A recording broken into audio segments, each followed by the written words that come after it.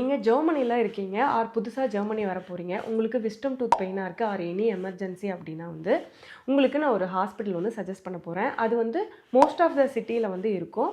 அதோட பேர் என்ன அப்படின்னா ஆல்டென்ட். இந்த ஹாஸ்பிட்டலில் என்ன ஸ்பெஷல் அப்படின்னா 24/7 வந்து இது ஓப்பனில் இருக்கும். நீங்கள் எனி எமர்ஜென்சி நீங்கள் வந்து எப்போனாலும் அந்த ஹாஸ்பிட்டலுக்கு போய்க்கலாம். ஆனால் இன்னொன்று அந்த ஹாஸ்பிட்டலில் வந்து இங்கிலீஷ் பேசுவாங்க. ஸோ நம்மளுக்கு சொல்கிறதுக்கும் ஈஸியாக இருக்கும். அது ஹெல்த் இன்சூரன்ஸ் வச்சுருக்கீங்க அப்படின்னா வந்து உங்களுக்கு வந்து டீத் செக்கப் எல்லாமே வந்து ஃப்ரீயாக தான் இருக்கும்.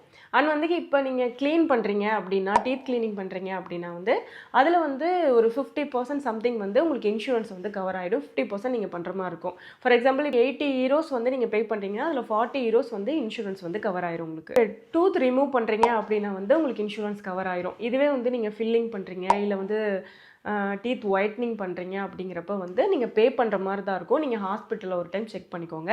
கண்டிப்பாக வந்து நீங்கள் அமௌண்ட் பே பண்ணணும் அப்படின்னா அவங்க வந்து உங்ககிட்ட கேட்டு சைன் வாங்கிட்டு தான் வந்து அந்த ப்ராசஸை வந்து ஸ்டார்ட் பண்ணுவாங்க. இந்த ஹாஸ்பிட்டல் எனக்கு ரொம்ப யூஸ்ஃபுல்லாக இருந்தது.